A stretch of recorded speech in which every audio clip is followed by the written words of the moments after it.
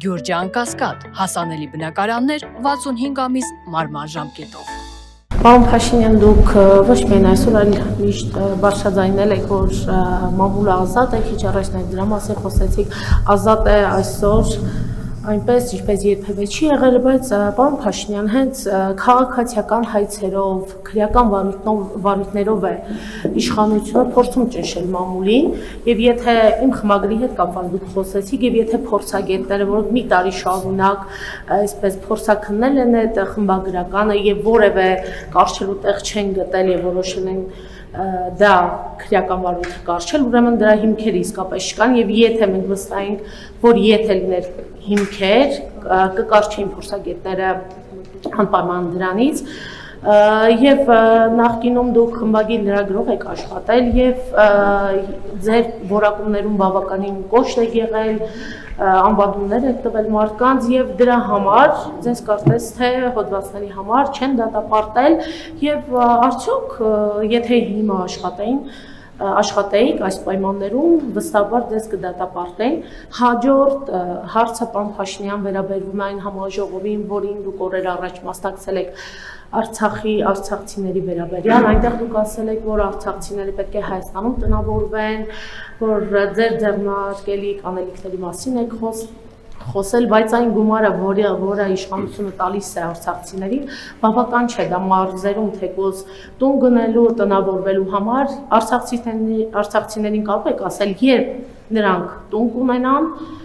եւ միշտ դուք եւ պաշտոնյաները միլիոններ պարգևվճարներ եք ստանում, նրանք չեն կարողանում անգամ տան վարձի հարցը լուծել։ Նաեւ խոսել էիք արցախցիների նկատմամբ հոգատարությունների մասին, օրեր առաջ իրավապահները 5 երեխաների ներկայությամբ արցախցի զոհված արցախցի կնոջ են ձերբակալել։ Սա արդյոք հոգատարություն է Արցախցու նկատմամբ։ Գիտեք, որևէ ես գիտեք տեղյակ չեմ ով ումա ձերբակալել, ես ընդհանրապես եթե կարծիք կա, որ ես բոլոր ձերբակալություններին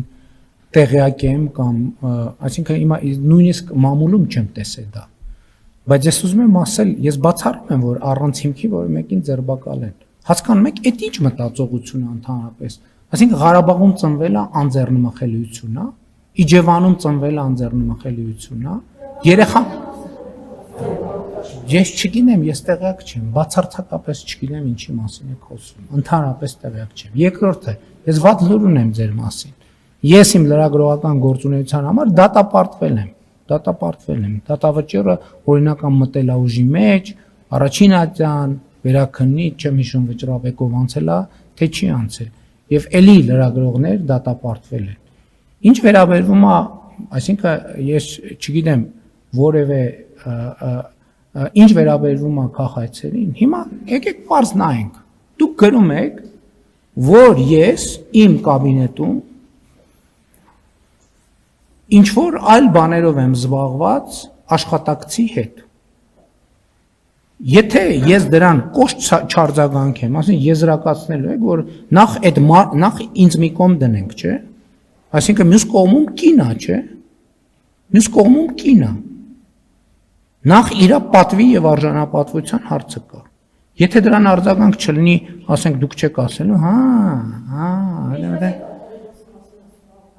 Կաթողիկոսի մասին ես չեմ ասում, ես ապացուցում եմ։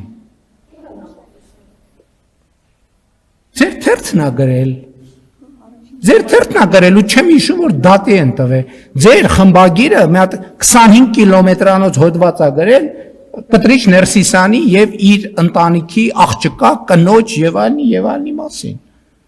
Կտրիչ Ներսիսյանը ինչի դատի չտվել։ Որովհետեւ այնուամենայնիվ ինչ որ մի բան դրա տակ կա։ Ես չեմ կարա դա հանդուրժեմ, ես էլի եմ ասում։ Ստեղ մենակ անձնական խնդիր չի։ Սա նաեւ պետության հարց է։ Ի վերջո նախ աշխատողի արժանապատվությունը, երկրորդն է պետության արժանապատվությունը։ Այսինքն դուք ում հետ եք շփոթել ինձ։ Ինձ թվում է դուք ինչ որ մեկի հետ ձեր շրջապատից, շատ մոտիկ շրջապատից, ես ասում եմ, ձեզ անձամբ չեմ ասում, այլ ասում եմ նրանց, ովքեր այդպիսի բաներ ինչ որ մեկի հետ շփոթում եք, ձեր շատ մոտիկ անձնական շրջապատից։ Ես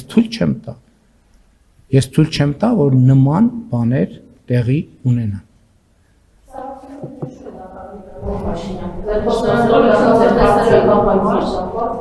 Բայց ես այսօր լուր